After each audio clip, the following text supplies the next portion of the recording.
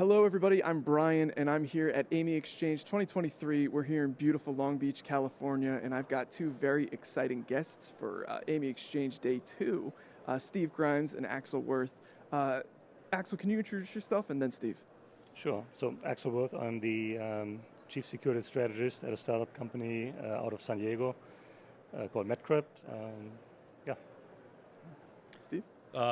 Steve Grimes. I'm an old-timer. I've been in clinical engineering for probably over 45 years now in various capacities and running clinical engineering programs at academic medical centers. I was a chief technology officer for a number of years for an independent service organization, and I'm currently principal consultant for Strategic Healthcare Technology Associates, also in Boston area. And one of the things that we've been doing, Axel and I certainly have been doing, is in the cybersecurity vein, is the teaching as well at UConn. So we're teaching a master's degree course in cybersecurity for clinical engineers. Oh, fantastic. And Steve, you know, one of the big new pieces of news for this year is that you are the recipient for our Iconoclast Award. You want to tell me a little bit more about that? Sure. It's the AAMI and TriMetX John D. Hughes Iconoclast Award. And John was unfortunately passed away a few years ago, but he was a good friend to many of us in the industry. Was very much of an iconoclast himself. In fact, used to be an iconoclast session that every year at AAMI that he headed, most of the time it headed up. But the idea of the iconoclast is, and something I aspire to, is the kind of showing that the need for changes in the industry, that the technology is certainly evolving considerably, and we need to evolve as clinical engineers and HTM practitioners, because the ways we've done things in the past aren't necessarily going to successfully address the support of the new technologies, and so it requires a little bit of sometimes pushing of the community. And not necessarily a contrarian, but you want to shake things up. Well, you want it certainly to because they need to be shaken up if Right. we're going to be successful. And I'm not. I guess I, like John and a few others, we've done the Iconoclast Award's been given for a few years now, but I and some of my colleagues who've been recognized for it aren't afraid to shake things up when they need to be shaken up, because again, we're very passionate about our industry, passionate about what the potential for what we can do. However, recognize that unless we're prepared to make appropriate changes and evolve, then we're not going to be successful. So we push for success. That has seemed to be a main call to action. There's a column that we have in AAMI News that Axel had originally started called Cyber Insights, and that seemed to be one of the biggest takeaways of almost every single column that's come out of there is, hey, things are changing rapidly, and we need to move with it. So it's very exciting to hear about. But I also wanted to talk to both of you about kind of those high level, what is changing? What do we need to stay focused on? And I guess trends in cybersecurity in general. Axel, can we start with you? Sure. So looking at the big picture, I think the main one we need to recognize is the increasing sophistication, the increasing targeted nature of cyber adversaries and cyber attacks, and their willingness to find new ways to make money or new ways to reach their political or other goals. So unlike other areas of technology or compliance or quality where you're solving for a problem, you live in a field that is relatively constant. In cybersecurity, it is not. It is moving while you're trying to solve the problem, and it's moving fast and it's accelerating. In one of my presentations this morning, I gave an example of new ways the cyber adversaries come up with to make money. The rock group Smashing Pumpkins got actually their server infrastructure hacked into, and their latest recordings were basically taken, stolen, copied, and they, rumor has it, ended up paying a ransom to prevent the illegal release of what is their next record coming out or track coming out, and which basically would have ruined the economic opportunity of that endeavor. So not necessarily related to healthcare and medical devices, but related to the fact that again, whoever the attacker is more than happy to think about new ways on how to make money. And as we come up with new ways of defending our infrastructure, rather than trying to fight our new defenses, they just move on to the next attack strategy and find a different angle.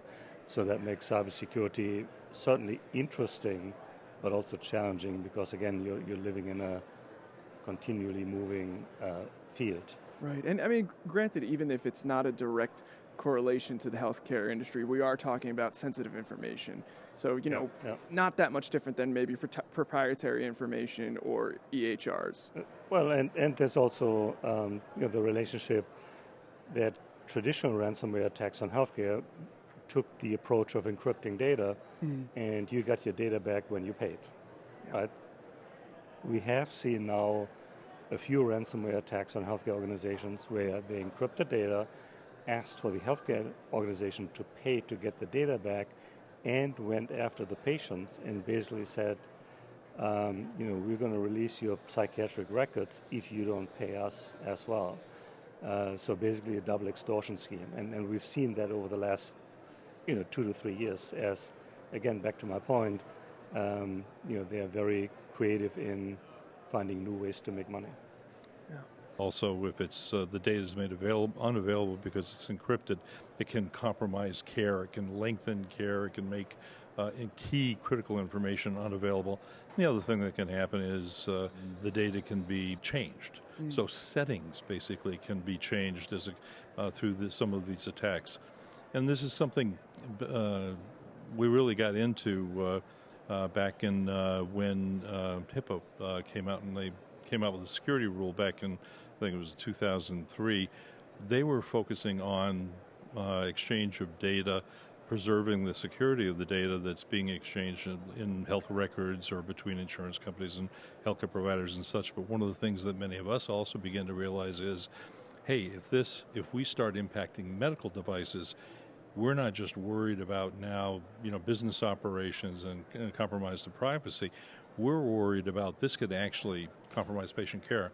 So one of the things we've certainly been doing, and the first conference we had that dealt with cybersecurity was with AAMI back in 2001.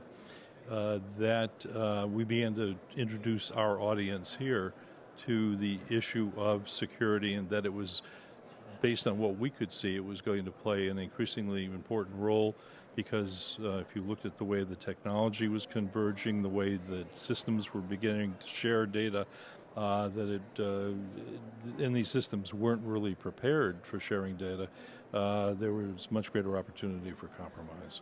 Yeah. And, you're highlighting, obviously, okay, this is the big call to action. This is why cybersecurity is important, because it can impact the patients directly. It can impact their care, their health. And I'm sure a lot of the folks who are watching this right now already knew that cybersecurity is important, right? It seems that more and more health systems are realizing that they need to pay attention to it. They just might not know how, where the first steps are. You want to talk a little bit about that? Who should be getting their foot in the door? Well, one of the first things you've got to know, and Axel can expand on it, but one of the first things you need to understand is what's your vulnerability, and that means understanding what you've got out there in the way of an inventory of systems that can be potentially compromised. So it's basically any system that has the ability to, that's got a microprocessor in it, or they can process software, or we'll do software processing or firmware processing.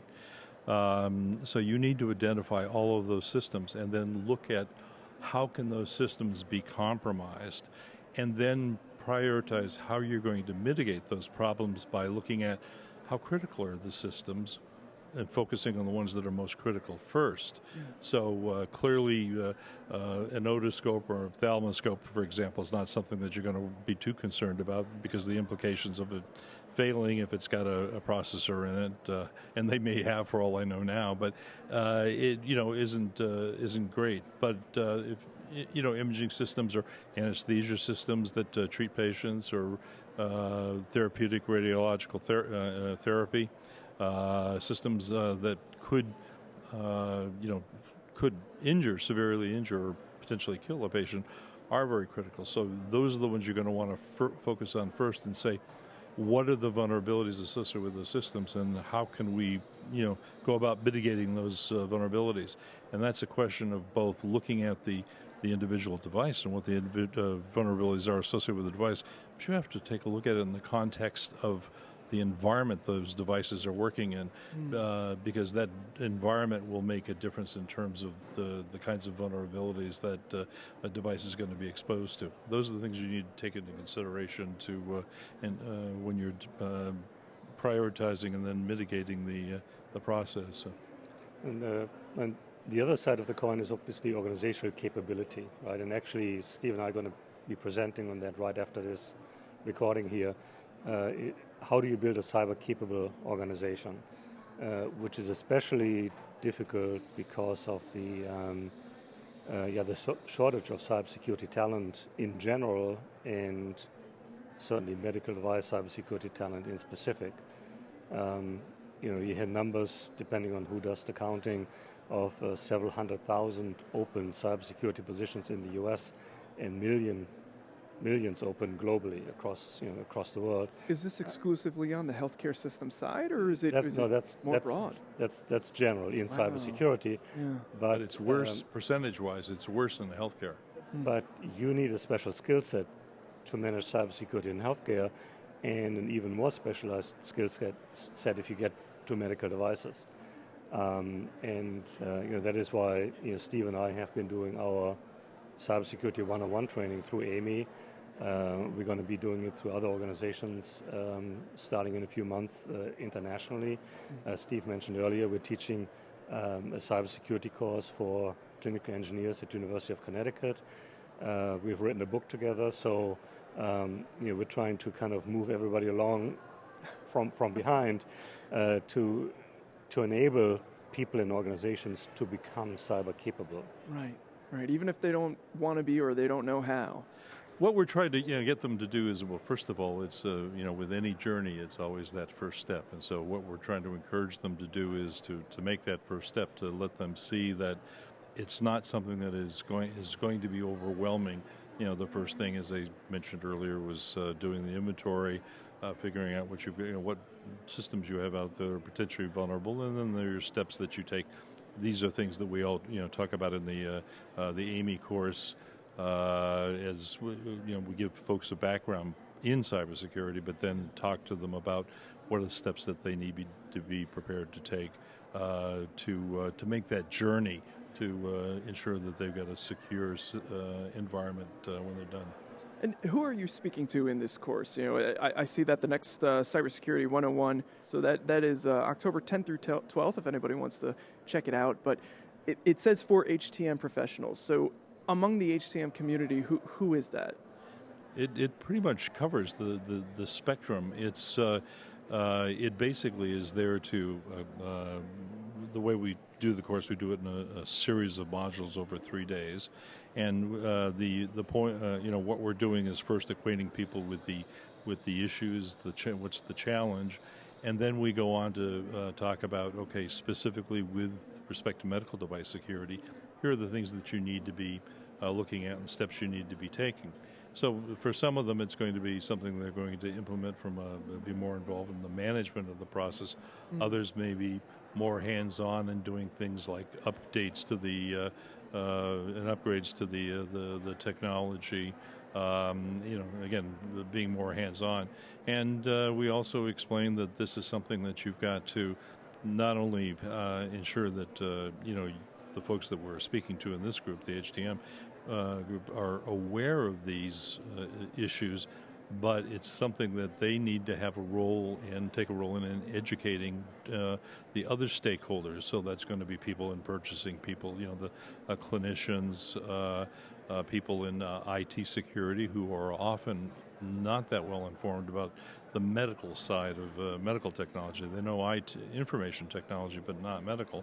So that and administration and such. So there's a series of stakeholders that we point out. The HTM community, as they become better informed, part of their responsibility is ensuring that these other stakeholders are appropriately informed as well, because it's only by all of these working together that they're going to effectively probably address the situation.